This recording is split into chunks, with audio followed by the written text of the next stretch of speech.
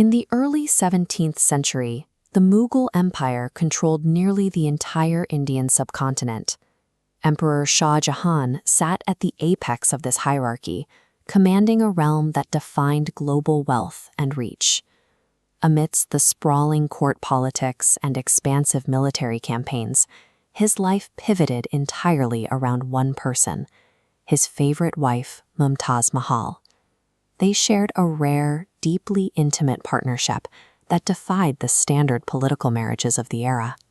That isolated stability collapsed in 1631. While accompanying the emperor on a military campaign, Mumtaz Mahal died during childbirth.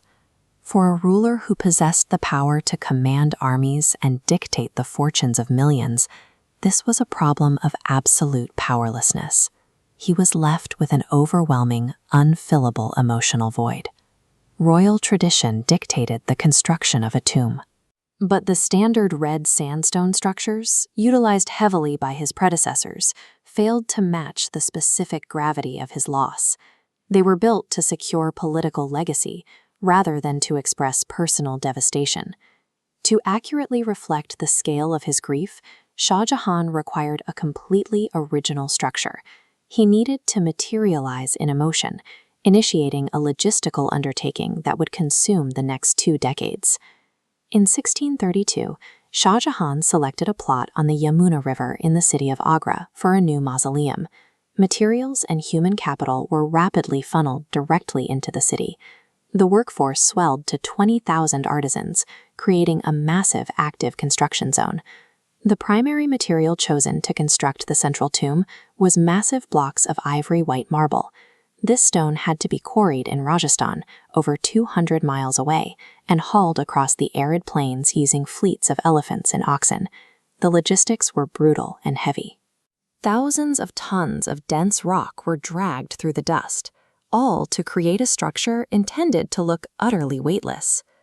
By mobilizing this extreme concentration of resources and labor, Shah Jahan effectively turned his private mourning process into an immense, highly active industrial epicenter. The site operated continuously for the next 20 years. Translating a monarch's grief into physical reality was a prolonged, grueling test of endurance. Every massive block of raw stone required thousands of hours of manual labor. Shaping the ivory-white marble meant endless, repetitive strikes of the chisel, slowly refining coarse rock into perfectly smooth architectural geometry. The craftsmanship required extreme precision. Artisans excavated tiny channels directly into the solid marble, cut semi-precious stones into delicate floral patterns, and set them perfectly flush into the hollowed spaces. For 2 straight decades, the daily routine of cutting, polishing, and setting stone functioned as an ongoing act of devotion. The repetitive labor served as the physical manifestation of the emperor's internal state.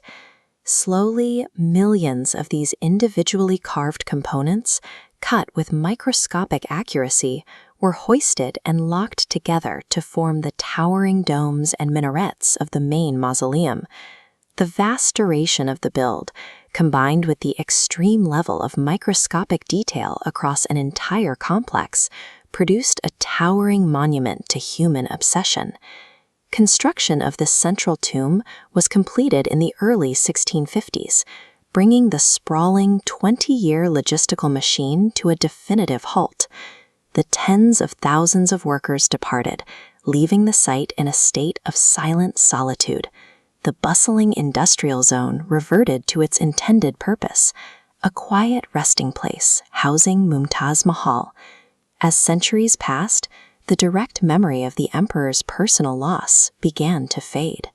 The public's perception of the building gradually shifted, and the site became recognized globally as a masterpiece of architectural design. The sheer physical presence of the monument commands attention. The pure ivory-white marble creates a stark, permanent contrast against the skyline and the geometric perfection of the reflection pools below. Shah Jahan solved the dilemma he faced in 1631. He translated the deep, intangible reality of human loss into the most famous,